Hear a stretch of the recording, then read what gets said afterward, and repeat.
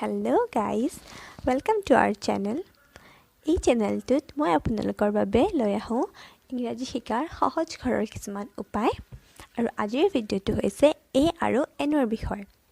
আমি এ আৰু এন ক'ত আৰু কেনেকৈ ব্যৱহাৰ কৰিব লাগে আৰু ক'ত ব্যৱহাৰ কৰিব নালাগে সেই বিষয়ে মই আজি আপোনালোকক এই ভিডিঅ'টোত ক'ম।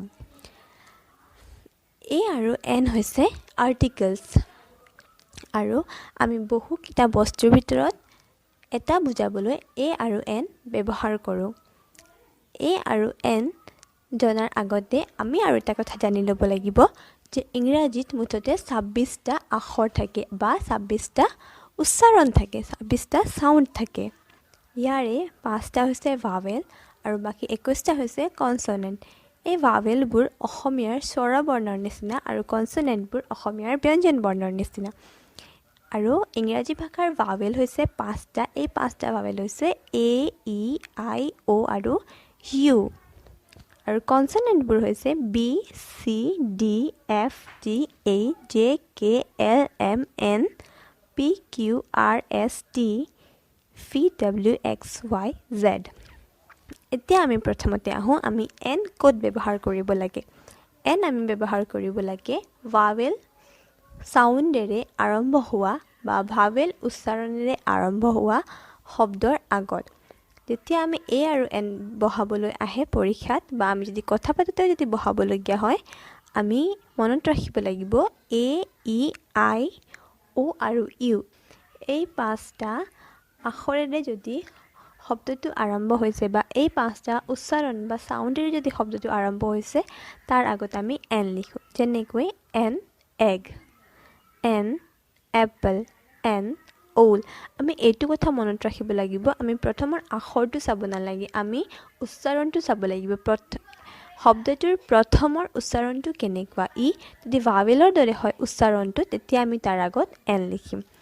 আৰু আমি ক'ত ব্যৱহাৰ কৰোঁ যেতিয়া কোনো এটা শব্দৰ প্ৰথমৰ আখৰটোৰ উচ্চাৰণ কনসনেণ্টৰ দৰে হয় তেনেহ'লে সেই শব্দটোৰ আগত আমি এ লিখোঁ। যেনেকৈ এ বয়, এ গাৰ্ল, এ পেন। আৰু আমি আহোঁ আন এটা নিয়মলৈ। কনসনেণ্টৰে আৰম্ভ হোৱা ৱৰ্ডৰ সাউণ্ডটো যদি ভাৱেলৰ দৰে হয় তেন্তে তেনে ৱৰ্ডৰ আগত এন বহে।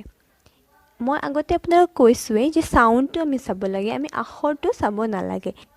যেনেকৈ যেতিয়া আমি এম এ বুলি কওঁ, এমটো উচ্চাৰণ কৰোঁতে প্ৰথমে এ উচ্চাৰণ হয়, এম এ। সেইকাৰণে আমি এম এৰ আগত এন বহে। যিহেতু এম আছে আমি ক'ব পাৰোঁ এমটো এটা কনসনেণ্ট হয়, কিন্তু এমৰ সাউণ্ড উচ্চাৰণটো ভাৱেলৰ দৰে হয়, সেইকাৰণে তাৰ আগত এন বহে। আৰু দ্বিতীয়তে অনেষ্ট। অনেষ্টৰ প্ৰথম আখৰটো এইচ আছে, মানে এটা কনসনেণ্ট আছে, যদিও ইয়াৰ উচ্চাৰণ আমি অনেষ্ট বুলি কৰোঁ, অৰে উচ্চাৰণ কৰোঁ। অ মানে এটা ভাৱেল সাউণ্ড, সেইকাৰণে তাৰ আগত আমি এন বহাওঁ। আৰু ঠিক তেনেকৈ এন আৱাৰ বা এন এম এল এ। এতিয়া আমি আহোঁ আন এটা নিয়মলৈ। ভাৱেলেৰে আৰম্ভ হোৱা ৱৰ্ডৰ সাউণ্ড যদি ইউৰ দৰে হয় তেনেহ'লে তেনে ৱৰ্ডৰ আগত এ বহে।